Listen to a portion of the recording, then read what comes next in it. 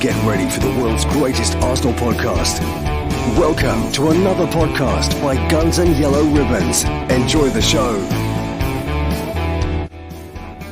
Hello and welcome to another episode of Guns and Yellow Ribbons. My name is Fergus. I am your host. Today I am joined by the two Dans. Unfortunately, Trevor has been pulled away. We'll talk about that briefly in a second. But I'm joined by two Dans. So Dan Mountney from the Gooner fanzine and Capo Dan, the ginger fellow with the flag on his back at Block 5, Block 6. So I'm sure you'll recognise him. My mucker as well. We've travelled quite a far way around the country this season. And he's in the hot seat. Are you better now you're in the hot seat, Pet? I've had a brilliant last 5 minutes. I come on all disappointed because I read on Facebook that it was joined by the two Dans. You know, not only last week was I relegated, this week I don't even get my own name intro, but now I'm in the hot seat. And, he's demoted Alex and sacked him off because of all the abuse I've been giving him recently as well. And yeah. That's not very true. That's not very true. Well, first of all, welcome Dan Mountney of the Gooner fanzine. Dan, you have been on before. Welcome back to the show. How are you doing, mate? I'm all good. Thank you for having me. It's been a long time. First time this season, I think. So I think it is. It would have been nice to come on and talk about a win, but here we are. Yeah, we had to dig deep this week. So, we got lots to talk about. We're going to talk about the Everton game, clearly. We'll talk about the Brentford game as well. That's coming up on Saturday. A 3:00 kickoff. How rare are they? We'll touch on the Man City game Wednesday, but more the Man City, sort of what's going on around Man City and how that could influence the league and Arsenal and so on, and just a Gooner chat. So we'll be on here for about an hour and 15. Hope you enjoy it. Apologies for Trev. Trev was due to come on and he may jump on, but he's been called into work last minute due to some emergency at work. You know, Tesco's, seriously, there must have been an emergency in Tesco's. There was no ice cream on aisle 7 and they called Trev in. So, that's it. He's the man to sort out aisle 7. So, Dan, early start. Capo, you're going to be from for tonight. Early start. I picked you up about, 5:15, 5:10 on Saturday morning. We travelled all the way up to Everton. How was the journey? Oh, well, I had to put up with you, didn't I? So it wasn't really the best journey up, but no, it was quite a smooth journey. I think I was quite looking forward to it, to be honest. I said here last week that I genuinely thought we was going to get a good result against them. And I know there's a new manager bounce and I know there's a lot more going on in the background, but I was really confident that we was going to get a convincing win. So yeah, disappointing in the end. We took a trip up to Goodison. I haven't put all the photographs in here, but Goodison Park, a really old stadium. And, it may be the last time that Arsenal go and see Everton at Goodison if Sean Dyche doesn't save them and they end up, they've got one more season left at Goodison Park. What did you make of the stadium? What did you make around the area? We went into the church beforehand. There was a little memorabilia flea market sort of thing. What did you make of all that? Yeah, I like them sort of grounds. And, as we said, it was one of the grounds that I'd not been to and it's nice to be able to tick it off. There's something about an old ground. I know there's posts and things that are in front of views at times and people say, the corners that are not filled in. But for me, old grounds like that, where you're so close to the pitch, when you're in, right in the streets in the community, it's, for me, it reminds me of football sort of growing up as a kid. And I found some pictures this week of me at Highbury when my granddad first took me to Highbury. And it's just that sort of, surrounding environment, really. Yeah, very similar. We said as we were walking down the Gladys Street, literally the turnstiles pile onto the pavement and across the road are like 2 up, 2 down sort of proper cottagey sort of houses. Dan, have you been to Goodison? I expect over the years you've probably been up there. I think Goodison's one of the ones I haven't done, but okay, as Capo says, it's it's one of those old stadiums that you can't not love. It's football, isn't it? Yeah, and the Everton fans mounted a large protest outside the ground beforehand. They've not won a game since October, so the atmosphere leading up to this. Yes, we talk about the new manager bounce in a minute, but what do you make of this protesting that's gone on about Mashiri and what they were doing outside the stadium beforehand? Clearly, you wouldn't have seen much of that, nor did we, because we were in the ground. But your thoughts on the protest? I think it's justified for them if that's how they're feeling. There's clearly a lot going on at that club, and I don't think it's necessarily a lack of investment, but I think it's the way the money's being invested, and they've over the past few years they've bought a lot of players for a lot of money, and none of them have been very good. And now they're kind of having to scale that back. I know a lot of the board aren't going to games because there's supposedly concerns over their safety because of these protests, but. If I'd like to think if we're in the same situation, we'd be protesting as well. It's their club, and they want things run properly, and it's not currently being run as it should be.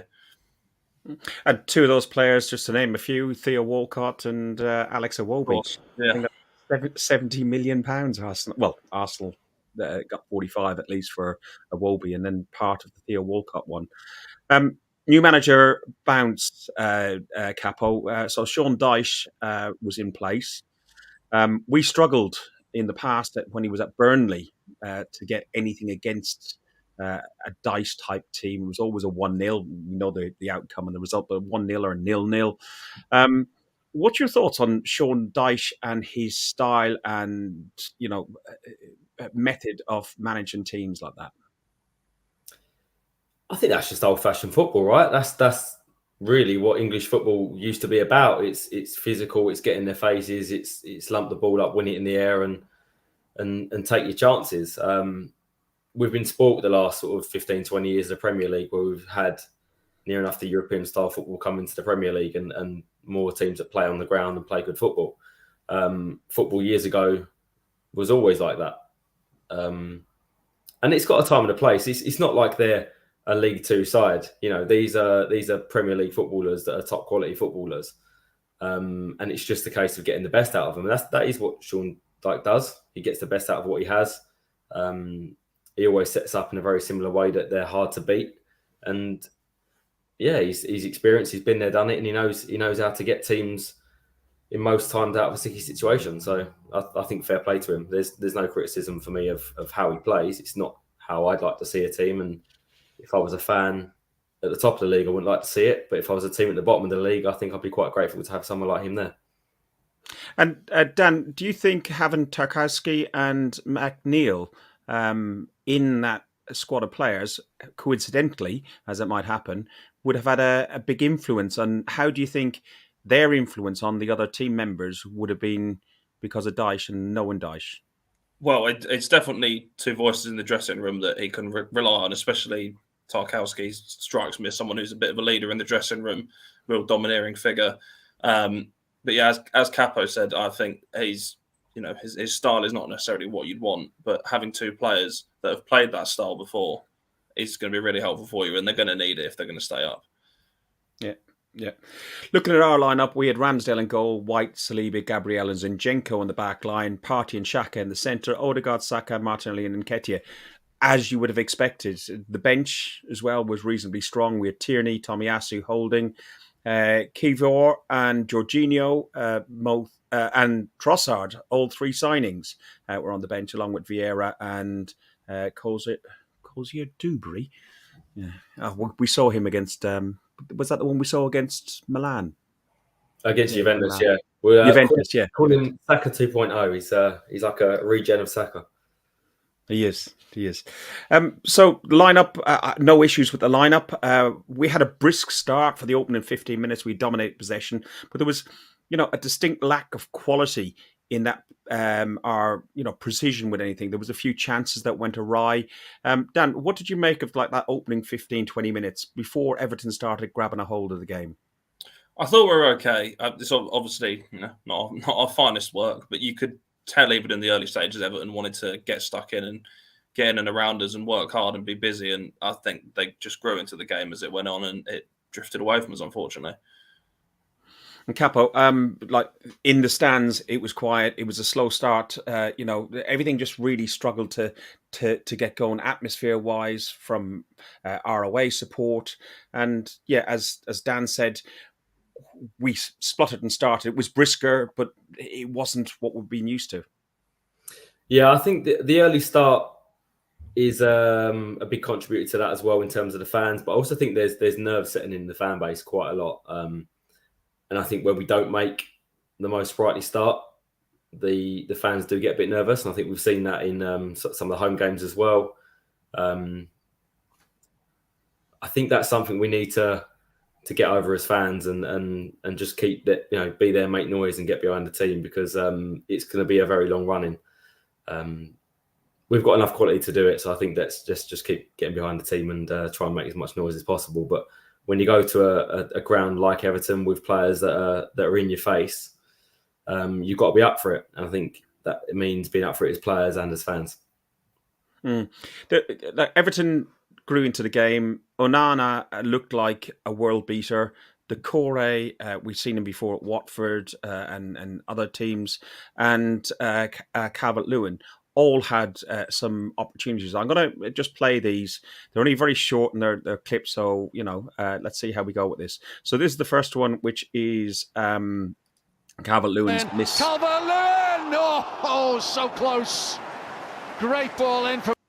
That was closely followed by. Picked up by Onana. He's got the better of Odegaard. Calvert-Lewin's into the penalty area. Onana goes alone. Oh, and he couldn't quite pick out Calvert-Lewin in the end, who came sliding in and didn't get the crucial touch that would have put Everton in front. And finally, Decore's. Into Calvert-Lewin, flicked on for Dwight McNeil. McNeil delivers. There's a header from Decore, and that's a big chance as well. He knows it. So 3 really, really clear shot opportunities where Everton should have at least got probably 2 goals out of that. The things that stood out to me were just the midfield and Onana running down that wing. The fact that Odegaard didn't seem to be able to deal with him. Partey was just out of the game. Dan, your thoughts on those 3 moves, first of all? I think the important thing to note is they've all come from those wide positions, and we've seen, and it's been spoken about a lot this season about Ben White, but more importantly, Zinchenko stepping inside into that midfield position, and it's worked so well for us when we've been dominating games. But I think as the game slowly turned in Everton's favour and they were seeing more of the ball and really getting in our faces, it having those men inside didn't work, and they were able to get us down the outsides, and we've seen that there with those 3 chances. Luckily, none of them went in, but obviously later in the game it paid off for them. Capo, your thoughts on it? Yeah, I near enough in hindsight wish that they'd have got an earlier goal against us, because I think it would have given us time to make some changes and change the momentum of the game in the second half. But when they scored the second half, we did struggle to turn that around. But I think Everton had a good performance. I think it's we wasn't at our best by any means, but I think it's the way we've been playing. It's going to take a good performance to beat us, and I think they did have a good performance. I think credit where credit's due. Everton did have that bounce, and they are a tough team to break down. We need to do better at breaking down teams like that. But when you go to grounds like that, where the crowd do get with them with 1 or 2 chances, you have to be able to take your chances. But I didn't feel the Everton crowd were getting behind the team. Yes, they were like ooh and ah, and when they were getting close misses in that first half, I don't think they really got behind them. I think they were probably equally as nervous as us, and not engaged in the game. It was more in the second half, especially once Tarkowski scores. Then they got behind it, and the noise was immense.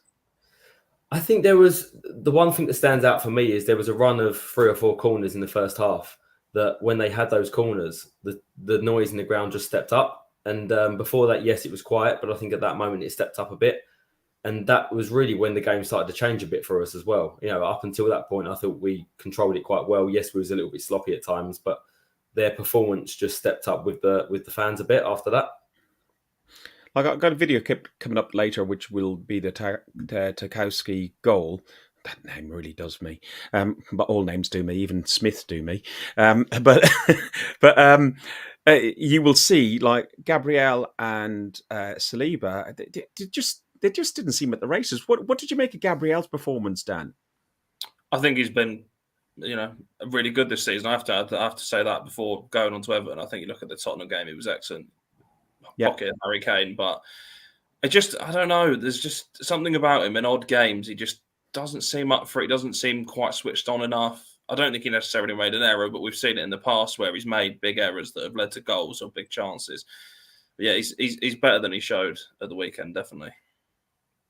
And Capo, Terry makes a really good point in here. Like we didn't deal with any of their corners, which is surprising how we've dealt with corners all season. And last season, I think wasn't it 51 corners, I think, or something like that before we conceded to a corner we had defended. So the set piece coach last season and throughout the beginning of this season has been doing a great job. What do you think? Why do you think we look so flimsy on it was 5 corners in the first half, I believe, that we defended? I mean, you can look at that in 2 ways. You could say, yes, we didn't deal with them great on the day, or you could say we've improved a lot and we've dealt with them great over the course of the season. You know, every team has an off day and players are going to have an off day. We have that as fans. We have that in our everyday lives. There are certain days where things just for one reason or another don't click. And I think Arteta sort of hit the nail on the head at the end of the game where he said, you know, this now is where we've got to love them a bit more because they've earned it over the course of the season. So I think it's important not to panic. You see a lot of fans I say fans loosely on Twitter, getting on their back when they absolutely don't deserve it. Let's just bounce back. That's what champions do. Champions mentality to get back on, you know, winning ways. And if we pick up the 3 points in the next game, you know, we do go into the City game full of confidence. So one game at a time, we move on and not panic. As you know, Saturday was my birthday, but also on top of that, I wasn't feeling 100%. And behind me on this side, I had some guy who plays League Manager or whatever the game is on Xbox or PS5. He knew everything and he was shouting every instruction. And I really wanted to turn around and go, for sake, he said, he can't hear you. You know, and on this side, I had 2 guys who clearly played it because they knew every tactic, every stat about every player on the pitch, but it was just so infuriatingly annoying. And then they started C-bombing and F-bombing at our players, just because they were having a bad day. That's the time, as you said and Arteta said, that's the time to get behind the team and go for it. Look, Dan, Dyche's tactics seemed that he surrendered the wings. He let us run up and down the wings all we wanted, and he just packed that midfield. Do you think other managers will be looking at that and saying, maybe this is how we deal with Arsenal? Possibly, yeah. But I think on our day, you know, look at players like Odegaard especially. You can mark them as close as you want. They're still going to create chances. I just think the physicality of Evan, you mentioned Onana a few times. I thought he was outstanding. He's a big, strong physical presence in that midfield. I think a lot of big clubs will be looking at him in the summer as well. I wouldn't be surprised if he keeps playing like that. But they just shut us down. There was no kind of pace or energy in our passing. It looked lethargic. They were getting on us really quickly. And it is, you know, a bit concerning that if other teams start doing this, it's going to stop our momentum that we've built up and we're going to stop winning those games. So hopefully we can overcome that if it does happen to us in the future. It took about a half hour for Arsenal to get into their stride, and you talk about some of the tactics. One of the tactics was Capo, the way that they doubled up on Martinelli and they doubled up on Saka. I'm going to show you this clip now. Again, I don't know how much is going to get cut out by YouTube, but the people who are watching live, you get the pleasure. This is Eddie's miss. So it took a half an hour to find a way through Everton's resolute defence. Saka held off, is it Mikalenko? He found Eddie, and Eddie hit the side of the net. Just have a look at this clip, and then I'll talk to you, Capo, about it.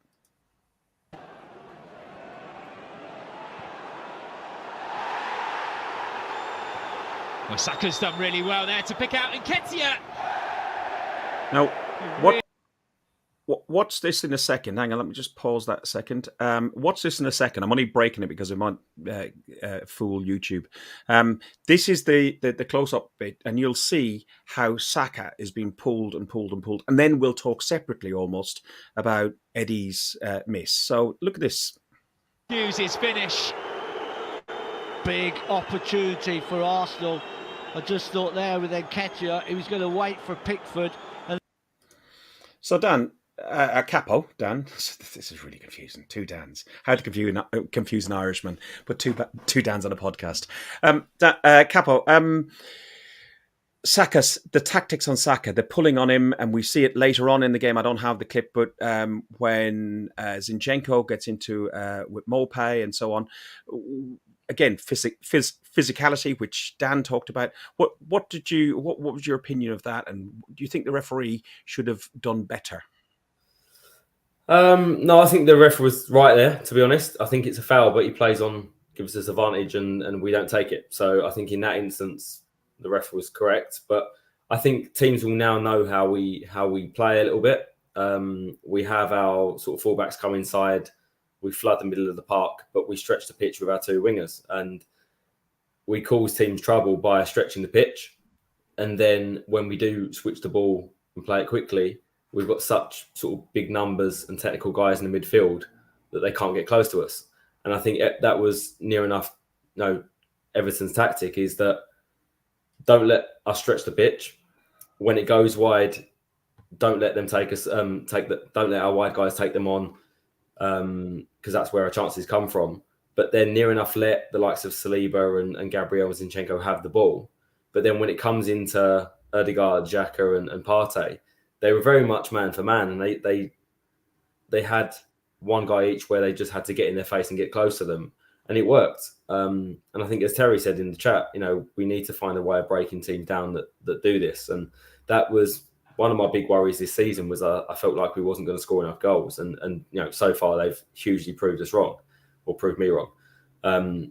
But I do still feel that there's always that type of game in us where sometimes we will struggle to break a team down, and if we don't get an early goal, the pressure just mounts and mounts. And we need a way of calming things down at times, not to rush and panic. Dan, I'll put this still up here of Saka getting pulled again from another angle. Again, I asked the question, should the referee have done more? And we'll go into the referee in more detail about Pickford later on as well. Yeah, I think we've seen it time and time again this season, haven't we? With Saka just getting lumps kicked out of him. I don't know. In his time in the first team, I don't really recall him having even really a minor injury. I don't know how it's been the case, because he seems to get whacked and kicked every single week. And I do think, there needs to be a bit more protection for him. You see the same with Martinelli sometimes. I don't think to the same extent. But yeah, I think the referees do need to do more. Although I am a fan of the physical game, some of it just goes too far. And with Eddie, Dan, what did you make of his miss? Big opportunity for Arsenal. I just thought there with Nketiah, he was going to wait for Pickford. And I remember watching Eddie in an under-23 game. I think it was like 2018. And he had a very, very similar chance to that. It was probably an even tighter angle, and he smashed it in at the near post. And I think he was trying to do something similar there. But for me, he's got to dink it. Wait for Pickford to go to ground and just gently lift it over him. He's just putting way too much on it. And that's the kind of finish, the way he is as a player, you'd expect him to score there, really. Dan, so we look at Saka's shot then. So Saka, he beat Pickford and he cleared the last man, only to be cleared off the line by Conor Cody. Let's have a look at this. Martinelli. Zinchenko. Opportunity to cross it. Saka! Off the line. Conor Cody it was who got back there. Pickford was well beaten. Really good cushion volley by Saka. Did everything he could to focus on the tech. Very unlucky. Conor Cody in the right place, right time, Dan? Yeah, absolutely. I think it's brilliant technique from Saka. He watches it out of the sky first time. It's excellent from him. But, as a defender, you've got to be there, and Cody was. He was indeed. Capo, we jumped. We all went. We thought that was it, didn't we? And, if we had got that one goal then, clearly would have been a very different game. I think we would have turned it on. Maybe the crowd would have got behind, the Arsenal fans would have got behind Arsenal further. And I think the Everton fan base, who are already disgruntled from the protest beforehand, I think they would have turned on Everton a little, don't you? Yeah, but that is the Premier League, right? That's fine margins in both boxes, and unfortunately they took their chance and we didn't in that game. But I think that sort of chance shows the type of game that we had and how Everton played, because it's not the most clear-cut chance, and that was near enough one of our better chances that an Eddie's miss. So a bit of an off day, but as I say, we go again next week, and I think we'll move on and we'll be fine. So second half comes, and where not much really happens for the first 10 or 15 minutes. And then this happens. You know what? I think half of this is going to get pulled down by YouTube. I guarantee you half of this is going to get pulled down by YouTube. But let's go. Tarkowski heads Everton in front. Everton 1, Arsenal 0. A delighted Goodison Park. Look at those fans. So, Dan, excellent goal. Great set piece by Everton. Great use of height and power and strength. But what do you make of our defending of that? Do you think there's any fault in the defending in there? I'm not going to get into the whole tactics of zonal and man marking, but from a corner, there's no way Martin Odegaard should be marking somebody like Tarkowski. It's not a battle he's going to win, especially at the back post. Everton going to hang the ball up there, and Tarkowski's going to go and meet it. There was no way he was winning it. I think they did have the height advantage. If you look at the size of their players, you look at Onana, I think he was like 6'4", 6'5". Tarkowski's well over 6 foot. Cody as well. Calvert-Lewin. We've got Gabriel, Saliba, and Partey, and there's a man extra there that somebody's got to pick up, and it's never going to go well for us, as we saw. I think Partey had probably gone off just before that. I think 59 minutes Partey went off, and Jorginho came on. Dan, Capo, talk us through what you thought about the goal and conceding the goal, and then we'll go on to Jorginho as well. Yeah, I think, as Dan said, Odegaard shouldn't be marking him in that position, but we obviously do a lot of work in the background on a mixture of zonal and man-to-man marking, but there has to be a bit of in-game management as well, where players will say to each other, look, I can't be marking him, someone else needs to come and mark him. And that has to be intelligence on the pitch. There's only so much that the team in the background can do in terms of the management and the coaching. The players have to take responsibility. So I think that's just that's a mistake. I think when you concede from a set piece, unless it's a real clever set piece, I think in most cases it is a mistake. But yeah, as we said, I think it's not happened too often, so I wouldn't be too downbeat on it being a regular occurrence. But to lose a goal by a set piece is disappointing. Arteta made some changes. He took off Partey, who hasn't seemed right for a few weeks. And when on form, he's outstanding, and there's no better defensive midfielder in the league, I don't think.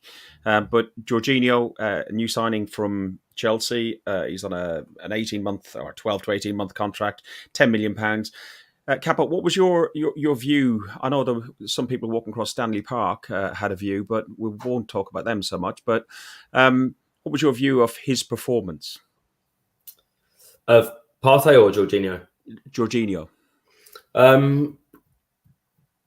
When I watched it back, I think my opinion slightly changed a bit as well. I don't think he was that bad. I think people are using him as a scapegoat, I think Partey didn't have the best game, and I think he deserved the chance. I don't see that he did anything worse than the rest of the team. There's not a single person I think I could pick out from that 14, 15 players that played and say one person was any worse than the other. So I think it's just that fans picking out a scapegoat, and he's the latest one because he's just come from Chelsea and everyone disagrees. A lot of people disagree with the transfer. So not everyone. I think some people have sense. But to be honest, as a transfer, I didn't understand it. But when you look at the financials involved and the time of the length of the contract and the experience the guy's got, yeah, I can understand. But when I first heard of it, I don't think I was too keen. Seeing his performance down on the pitch, what did you make of his performance? For me, I thought he made one mistake of note, but nothing more than that. Yeah, I think Capo's right. I don't think it was as bad as some people are possibly making out. I do think that a game like that is not necessarily suited for him, where people are getting in his face and he's not got much time on the ball. I think we're going to see him at his best when we're playing against teams who are trying to, really sit back and give us a bit of room, because we know he's got that ability to pick a pass, especially from deep positions that he's going to play in. And just on, whether he's a good sign or not, I think, we'll obviously see how he does, but I think it's a smart bit of business. It's not a long contract like we've seen in the past. I think in a players like David Luiz, for example, there seems to have been a change in the mentality, and we've realised that we can't keep doing that. I think his experience, he's won the Euros, he's won the Champions League, he's won trophies pretty much everywhere he's gone, and big clubs have been after him in the past. He's definitely got a lot of quality still at his age. He's going to be a voice in that dressing room as well, and he knows how to win trophies, as I've said, and that'll be big for us, especially in the run-in. Terry in the chat has a lot to say today, but he also says he's hopes he's proven wrong, but Trossard and Jorginho don't bring us anything different, or indeed the same level of the players they replace. I think he's meaning, like, Jorginho for Partey, Trossard for Martinelli. What's your thoughts on that, Dan? I think everybody knows that we needed bodies through the door in January, but the problem you've got in January is you can't get the players you want. You get what is available, not dream signings. I think, as I said with Jorginho, good bit of business. Trossard, I'm happy with as well. He's proven himself in the Premier League over the past 3-4 years.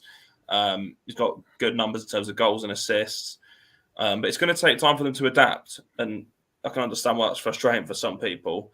But yeah, I think we've got to give them that opportunity. They've proven in the past they can do it at this level. So we'll wait and see. The one thing I would say is, and I assume you guys were sat right behind in the second half, I don't want to see Trossard take a corner for us ever again. They were awful. Oh, yeah. No, he didn't get past the first man on that. We're right by the corner. 2 or 3 of them, yeah. Yeah, they were poor, and Odegaard had to come short and everything else. Capo, your views on Terry's comment there about Trossard and Jorginho. I think we were walking again through Stanley Park with Lyle and Dan and Dave, and we're talking about Trossard, that he was outstanding in his, I think they were my words, he was outstanding in his cameo against United. He was brilliant in our previous game, and just nobody really performed properly against Everton. Yeah, I think that's literally spot on. That I think there isn't a single player that stood out. It's not a case of they had a poor game. I think the team had a poor game.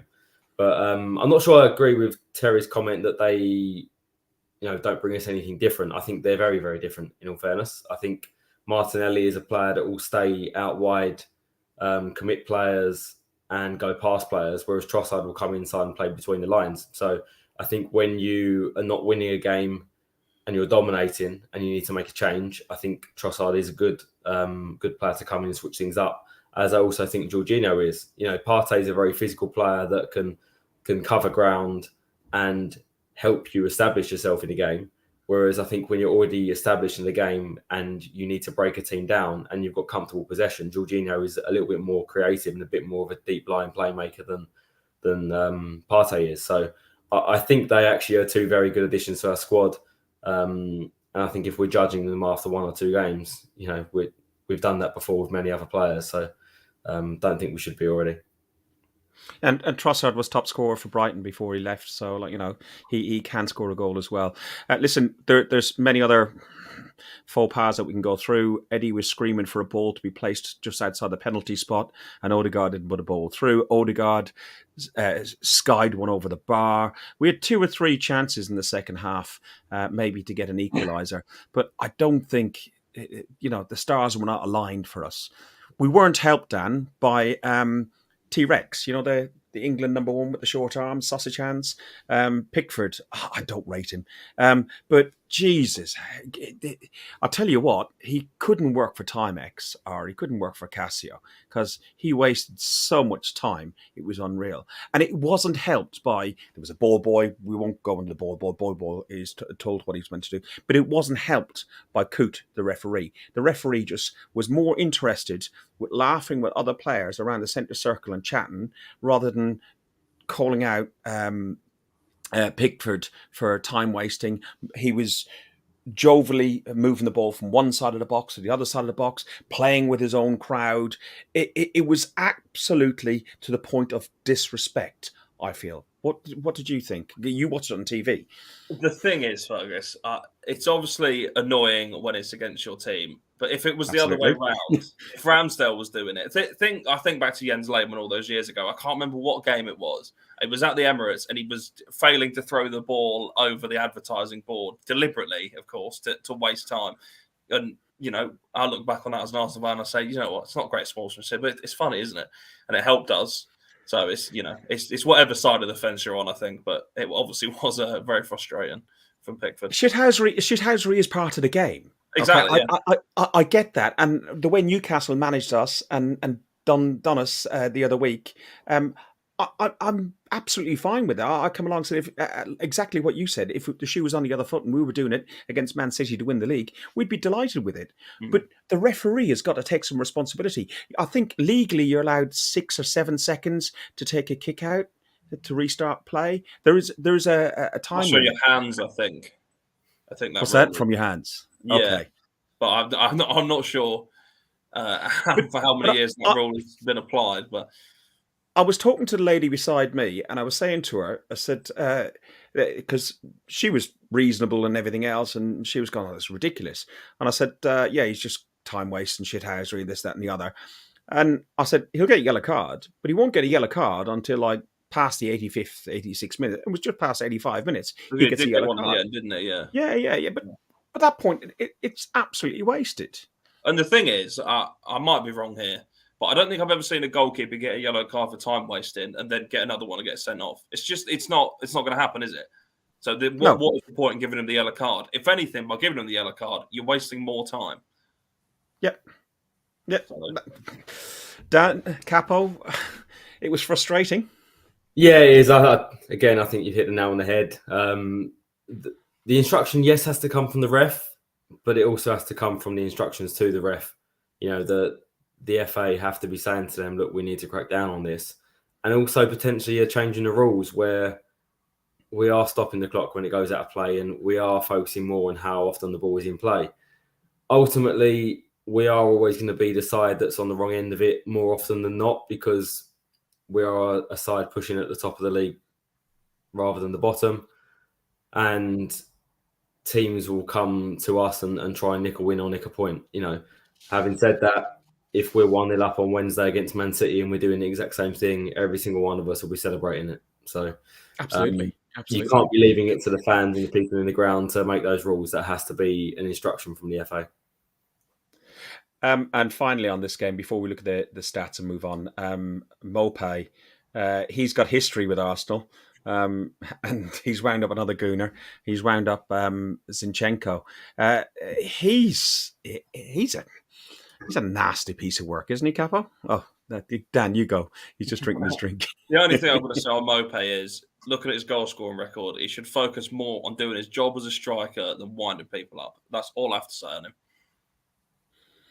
I don't think there's anything more to say, is there, Capo?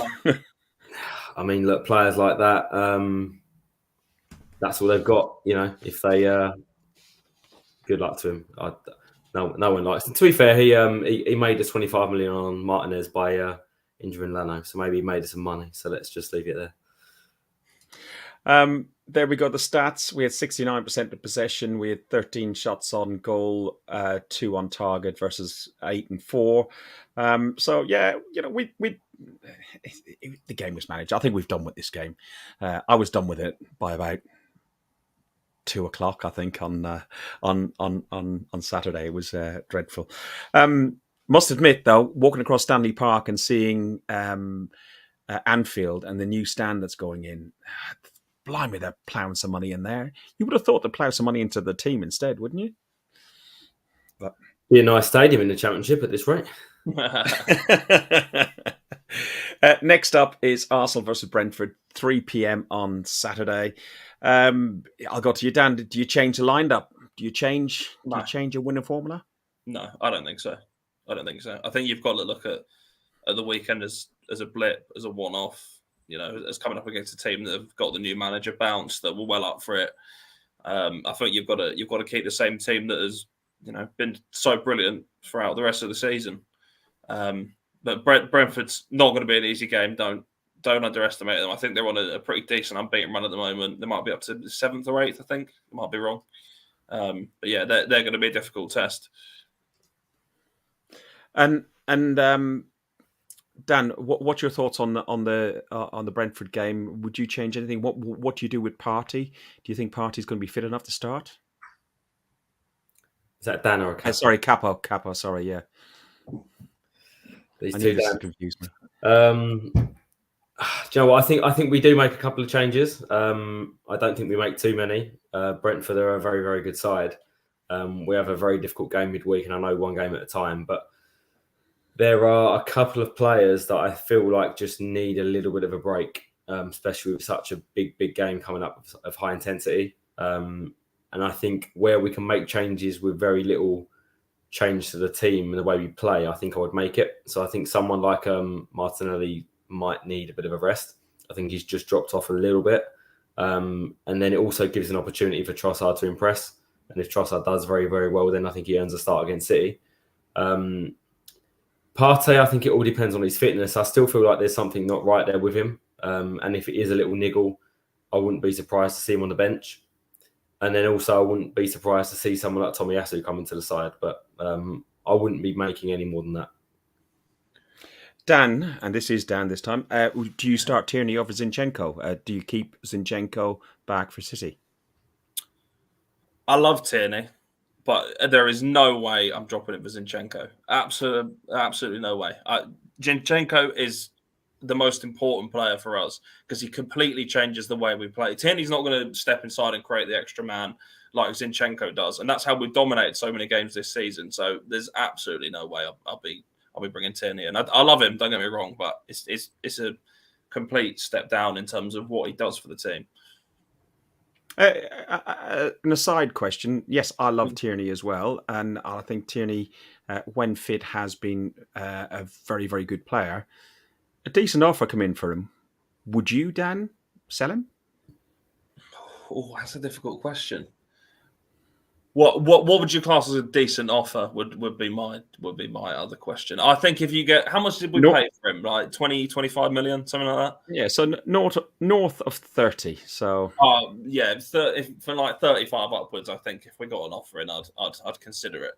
It's just Capo's shaking his head. He's not a fan of that. I think if you can find, and obviously it's a big if you can find a player who does what Zinchenko does, then absolutely. But if not, no. I wouldn't. Okay. Sorry, that was just an aside because we've had this conversation several times in the car with different people as we were walking in the pubs and everything else. And I'm of a mind that for the right money, you move him on, but you need to find the right player to replace him because he is a special player. But he's not been fit for Celtic. He's not been fit for Arsenal. For like long runs, he's out for quite a bit. And it might be the same for Partey in a year's time. I might be saying the same thing because it depends if he gets the proper run in the game. Ivan Toney, Capo, is he the biggest threat that we have to worry about with Brentford? No, the biggest threat is you two making wrong decisions like selling Tierney. awful decision. What are you guys doing? Well, I'm not selling any of our 18 at the minute. They're all fantastic. But jokes aside, he is as good a backup as you're ever going to get. You're not going to, it doesn't matter about the money. You can get 90 million for him. Who are you going to, you're not going to buy a first team player that's going to be happy to sit in his role and not be starting week in, week out. So he's as good as you're going to get in that backup role. And yeah, exactly as Lowell said, can't sell KT. Him and his Tesco bag can't go anywhere. But yeah, Ivan Toney, obviously, he's a huge threat to our team. He's a big player for Brentford, scores a lot of goals. They've got a team that just works hard. He's the guy that's normally in the right place at the right time and finishes it off or taps in the pen. But they're a team that's more than one guy. I think even when he missed a few games, who was it? Was it Wisser and Buemo that stepped up? I think as well. Yeah, yes, Lyle, Fergus out. I'm definitely with that comment. Lyle introduced me to a great pub in just near Anfield called the Church. 5 pints between us. It was £15 for 5 pints. It was unreal. And it was a really good pint of Guinness. Sadly, I had to bail out and I went back to my hotel. I was in bed by 4 o'clock in the afternoon. When have I ever been in bed at 4 o'clock in the afternoon on an away day? It's ridiculous. I was sick as a dog. But anyway, Dan and Capo, both of you can answer this, and I'll go to Dan first. The crowd, the Arsenal supporters, there's a bit of nerves that we talked about with the away team. It might have been the early start. It might have been, I don't know, the loss against City, and now a loss against Everton. We're going into this game against Brentford. We need to win this game, especially Wednesday in mind. How big is the responsibility on the crowd on Saturday at 3 o'clock? Dan? Well, it's massive. It's massive. But what I would say is, and you guys have been to a fair few more games than I have this season, but the crowd is unreal at the moment. The way they get behind the team. You look at the Man United game the other week when 1-0 down. You could hear the crowd. You could hear them getting behind the team, and they really have been. It's a bit cliche, but they have been that 12th man. They've been excellent, and I can't fault them this season. I really can't. Apparently, there's a ginger guy with a flag that started all off. Yeah. Capo, anyway, how important is the crowd? At what time are we meeting at Block 5, Block 6 on Saturday? And everybody else needs to get in there and join in, don't they? Oh, I haven't seen a ginger guy. I've seen a Moroccan sunset, but I've not seen a ginger guy. Whatever, yeah. I'll tell you what, though, there is a dodgy old Irishman with some dodgy old moves in there, so watch out for him. There is Dad dancing. But yeah, I think exactly that. Look, come on, it's remember why you're there. You're there to enjoy it, and if you're not enjoying where we are at the minute, then you're never going to enjoy it. So just get there early, have a few drinks, everyone have a sing song, and I'd like to hear from the concourse, "Your defense is in trouble," and get you in the room. Just because Fergus doesn't like it, but yeah. I don't throw beer, by the way. That was somebody else hit my elbow, and the beer went everywhere, and then beer went everywhere else. Yeah, so that was ahead of the Man United game. Down, as you said, though, inside the stadium was unreal. In the concourse this season has been fantastic, thanks to the likes of the Ashburton Army, myself and Capo getting in early, and we have a regular 15, 20 that gather, and they bring more and more and more. Dan's more famous on TikTok than, I don't know who's famous on TikTok. I don't know, ginger guy, Prince Harry maybe. I don't know. So yeah. Oh, I've never been so offended with anything you've ever said. Prince Harry. Guys, predictions for the game on Saturday. Then what we going? Dan, I'll go with you first as the guest. Oh, I forgot you were going to make me do this. 2-1 Arsenal. 2-1 Arsenal. Okay. And Moroccan sunset, Capo. My predictions: Fergus gets himself in trouble with all these comments on Saturday if he keeps them going. Throws his beer up in the air. No, I'm going to go for a 2-0. 2-0. I'm with you. I'm going to go 2-0 as well. I'll go 2-0. We got Matt in the comments going 4-1. Anybody else want to put whatever they want in the comments? Let us know. We'll pop it up on the screen. And just Fergus, though, what time are we meeting on Saturday, and what time do people join us if they want to? Well, it's Lyle's birthday, so the Arsenal Tavern, Ben Bennett and Lyle and the others are going there. So we're going to go there. I would have thought we need to get in early so we don't queue. Otherwise, we'll end up in the Woodbine and having a decent pint of Guinness. Ben's gone for 2-1. Alan's gone for 2-0. So there's a few on there. Matt asked where Trev was. Rewind, mate. He's on aisle 7 rescuing ice cream. It will make sense when you listen. Lyle said 12 o'clock, Arsenal Tavern. Might be a little bit early, but I'll probably be there. Knowing me, I'll probably be there. So, guys, that's Saturday. Man City we've got on Wednesday. We'll cover that probably in the week. But we had a poor result on Saturday, but it was counteracted by a poor result from Man City on Sunday. It was great to see them dropping points. it's never good to see the other lot getting any points. But what was funny about the whole thing was the Spurs fans celebrating how wonderful they are for still beating Man City, and then realising as soon as they celebrated, they'd actually done Arsenal a favour. I'll tell you what wasn't funny though, Fergus, and that is seeing pictures of a chicken on a basketball stuck on top of our crest. There's absolutely nothing funny about that. And if you've ever retweeted, made one, or done anything in that instance, hang your head in shame. Yeah, no, I do agree. I've seen a few of them. You do. I'm not a fan of this cartoon sort of badge. I prefer the older badge. I love the Art Deco one from the 1930s, but don't put a chicken in a bowl on this. Thank you very much. So another thing that's happened at Man City have been charged with 100 financial irregularities. Martin Ziegler published this story, which came out from Der Spiegel. Am I right, Dan? And said Der Spiegel about 4 years ago. Yeah. Do you want to go into a little bit of, not necessarily detailing it, because I think everyone's heard enough on Talk Crap and BBC and the various channels.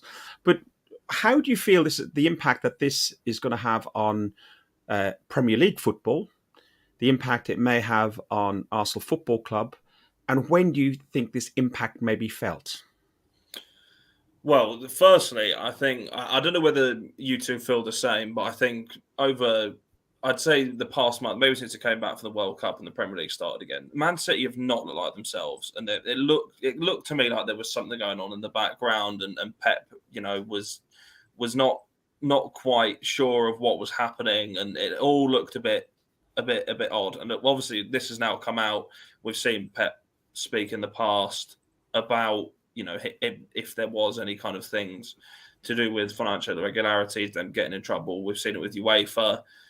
They just about got off with that, but Pepper said he would go. And I think there's been something there that's been playing in the background, and obviously we now know what it is. In terms of an impact on us, I don't think it's going to have an impact on us this season, because it's going to take a while for them to produce some kind of sanction, whether that be a points deduction, relegation, a fine, which in my opinion would be a joke if it's just a fine.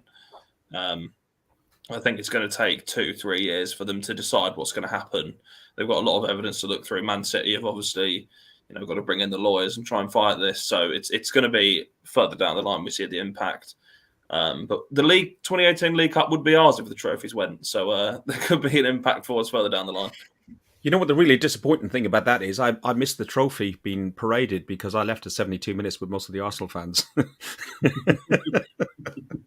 It's one of the few games I've ever left early. It was just so awful, and it was at the lowest ebb of the final breath coming out of the Wenger era.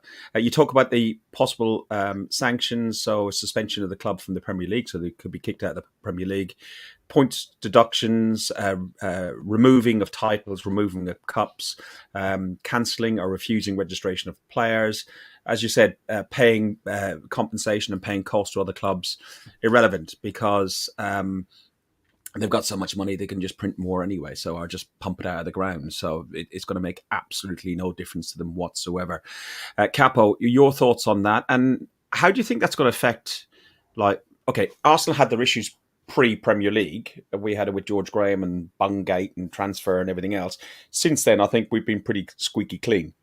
But how do you think this might impact on some other clubs? I know Chelsea have had their problems. Look at Newcastle. They're owned by an oil-rich nation. And then if you want to go into Europe, you got PSG. Yeah. Firstly, I would say of all things that it's not a financial penalty, because a financial penalty for a club that's got so much money being injected into it makes no difference. I think stripping them of titles, I don't know about you guys, I don't want to be given a League Cup trophy back to 2018. We didn't deserve it on the day, and we didn't win it, and we didn't win it on the football pitch. And what goes on in the background is not, anything to do with us, really. It is a very, very big topic, and I think people are underestimating how much this could impact football going forward, because there are very different rules between the Premier League and Europe on this. And, I know they had a 10 million fine in Europe, but there was an awful lot that went on, delaying and sort of the rules going back to a 5-year period where it was then too old to punish them any further, whereas the Premier League don't have that. So I think if they did anything wrong, I think there's a higher chance of it being sort of ultimately a higher punishment. But this sets a precedent going forward, and no one really knows what goes on in the background at clubs. You would hope that at Arsenal we are a bit better than that, but you never know. So imagine in a few years' time something comes out about us and we end up having the same punishment. As fans, that's not what you want. And there are fans of Man City that will be in that situation thinking we're being punished because of something they've done at board level. So do you feel sorry for Manchester City fans, considering, look, the takeover was in 2008, and this is what's happened. They took over in 2008.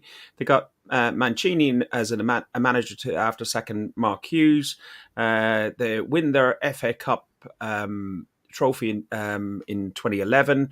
Aguero wins the league in 2012, and it goes on and on and on. It just grow and grow in success. There's no way Man City, who were bouncing up and down between the third tier to the first tier, very rarely in the first tier, were ever going to get. They've had a brilliant experience. They have, but look, the fans that have joined their club since that period, I don't really have much sympathy for. But the proper original fans of a club that follow them and have followed them for years, they are the ones that I feel for. Because no one wants to have their club relegated for things that happen off the pitch and the things that are completely out of their control. Having said that, if Man City are doing what they are alleged to have done, then for the competitiveness of football, that's not what we want. You know, ultimately you win, but you win by respecting the rules. And if you break the rules, you deserve a punishment that's sort of befitting of what you've done. So I do think if they've done what they've said, they deserve to have a real severe punishment, whether that's being demoted through the leagues.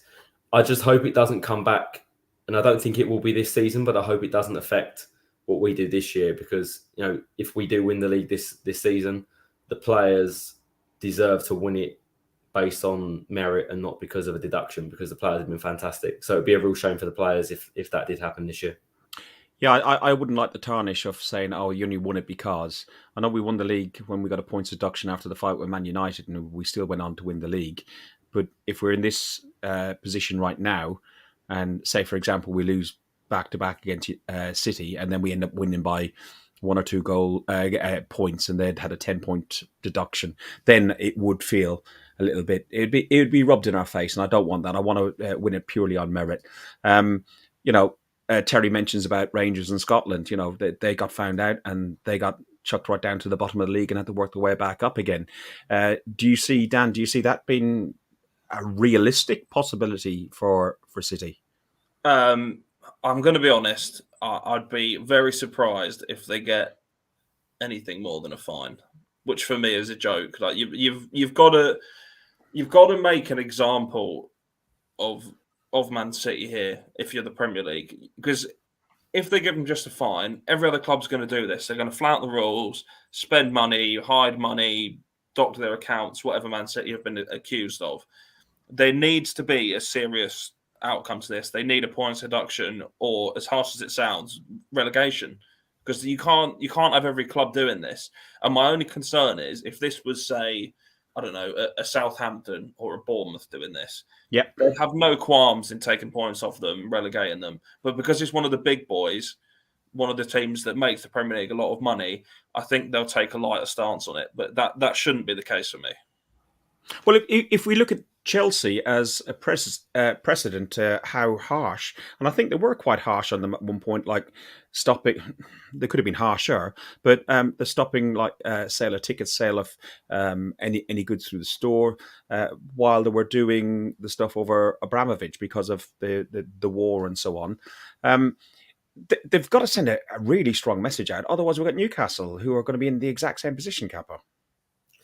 It depends what they've done. If it's just spending outside the fair play rules, then I think we could probably accept. They have allegedly done everything and everything they've done. That's what I mean. So again, I am still in favour of innocent until proven guilty, but it's it does seem quite likely. But if they have been paying contracts to managers outside of Man City and through another sort of entity, then that's not just breaking the rules. That's as fraudulent as you want to get to break the rules. And in that case, I think most people would back them in relegating the club. In that instance. Last one, I'll go to Dan on this one. Do you not think the alarm bell should have been raised when they signed Robinho for 32 million, like back in? It was about an hour after the takeover was complete, wasn't it? It was all the same day. Yeah. Do you not think alarm bell should have been raised then? My question, if I was able to answer the Premier League, would be, why is this only coming out now? It's not like this is just one breach or 5 or 10. This is supposedly 100 breaches over, I think it's that 10 years now, more than 10 years, 10, 14 years. 14 years. Why has it taken this long for this to come out? That they should have been doing more to realise this. And to me, it was blatantly obvious in the past few years. You look at the way that they've shot up the commercial revenue charts.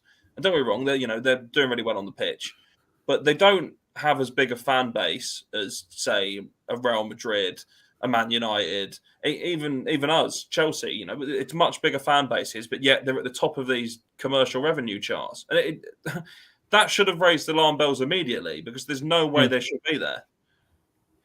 Yeah, Karan, who's in India, he's come along and said all the new Man City fans are all like just new age glory hunters. They come out of nowhere. They haven't had a fan base. Like I know when you go on holidays, you'll always see a Liverpool shirt, you'll always see a Man United shirt, you'll generally see an Arsenal shirt, and you started seeing Chelsea shirts over the last few years, and now City shirts. You rarely see a Spurs shirt, in fairness, which is quite funny. Yeah, even that, you see far more Spurs shirts. Even Absolutely. In the UK than you do. I can't think of a single Man City fan that I know or have met in the past. Not a single one. I've got a relative who is a Man City fan, but she's been a relative. She lives in Stockport, and she's been a City fan from when they were one of the ones that Capo feels sorry for. As Capo says, those ones I completely understand. I feel sorry for them. They've been through everything, and they thought they'd had these glory years that are now unfortunately going to be tarnished by the looks of it. Guys, we could go on for hours. It will be interesting to see what comes out from it. Just a quick shout out to Tony Fain in the chat. As was put on Twitter, we had breaking news, but the breaking news was more Tony's news. Tony broke his tibia and fibia playing football in the week. Big T, who's been on the podcast. So we wish you better, mate. I hope the drugs are really, really strong and they're keeping you going through all this. And we'll hopefully get you back on in traction, maybe, that you're lying there with your leg up and your laptop like that. That would be hilarious. Maybe get you on next week or whatever like that. Dan, can I make a request quickly? I'd like. I've seen Ben Bennett in the chat. I would like you, Ben, to rework the Eduardo da Silva song just for Tony, where it goes, "He broke his leg and he'll be back." I think we'd like to hear a full rendition in the stand just for Tony. Yeah, he likes it. Ben, you've got a task now, so you better text Ben later and let him know. Dan, it's been brilliant having you on. Make sure it's not it's up to me really. Make sure it's not so long the next time we'll get you back on. I know the last time we did ask you were up to your eyes and stuff and everything else. Let people know where they can find you and the good work you do for the Arsenal. The best place to find the work that I do and Laith Yusuf, of course, who's Gooner Fanzine editor, is over on Twitter at Gooner Fanzine, and then, of course, our website as well, which is Online Gooner. Make sure, obviously, I know times are hard for everybody at the moment, but please, if you can, do support us, because we've been a very long-running institution over the past more than 30 years, and we do need your help and support. If you could please, if you see us on a match day. If you hear the famous "Get Your Gooner," please go and buy one, and please do help us, because we do need our future securing. You'll generally see Lythe underneath the Hornsey Road railway bridge before the game. He's selling it. And who's the chap outside the Arsenal station that you normally see? Alex. Yeah, Alex is outside there, and it is Get Your Gooner, Get Your Gooner. They're a £5. Listen, you're going to spend £4 on the programme. You'll get far more Arsenal stuff and Arsenal fan stuff from the Gooner fanzine than you will from the program. I don't even bother with the program. I do subscribe to the Gooner. I'm not a great reader, but I do flick through it, and Ben's often in there with a few songs. Ruth Beck from the show, as we've coined it, choir master. Ruth Beck has done some of the covers. The Highbury Librarian is on there. So there's loads of people that we all follow on Twitter, and they're all one of us Arsenal fans that are in the Gooner fanzine. So if you can do something, I think it's what, 30 quid for the year, 35 quid for the year. Yeah, it's not 30 quid for 6 editions throughout the season. So it's definitely more than worth the money. Yeah, you'd spend more than that on a kebab and a beer. So, like, that's what sells out, people. Capo, tell people where they could find you. Well, it looks like 12 o'clock in the taverns to start, and then in between 5 and 6 straight after. So, yeah, you'll see me doing things that I probably shouldn't be doing with a flag draped around me. But yeah, come get involved and bring your singing voice. It's something all accountants do, apparently. It's just an accountant sort of thing. They just all wear a flag, dye their hair red. Don't take my image as a flag-wearing hooligan. Thank you very much. Guys, you have been watching Guns and Yellow Ribbons, an Arsenal podcast by Arsenal fans for Arsenal fans. If you like what we do, click on the bell on YouTube and subscribe. We're up to nearly 820, 830 likes on there. We'd love to get to 1,000. If you listen on SoundCloud, jump onto YouTube as well and just subscribe on there. Thanks very much, everybody. Up the Arsenal. Fuck the Spurs. You've been listening to Guns and Yellow Ribbons, an Arsenal podcast by Arsenal fans for Arsenal fans.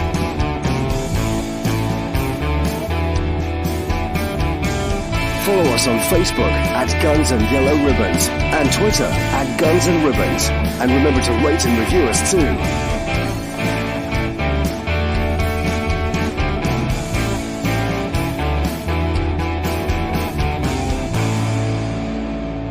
Get you, Gooner.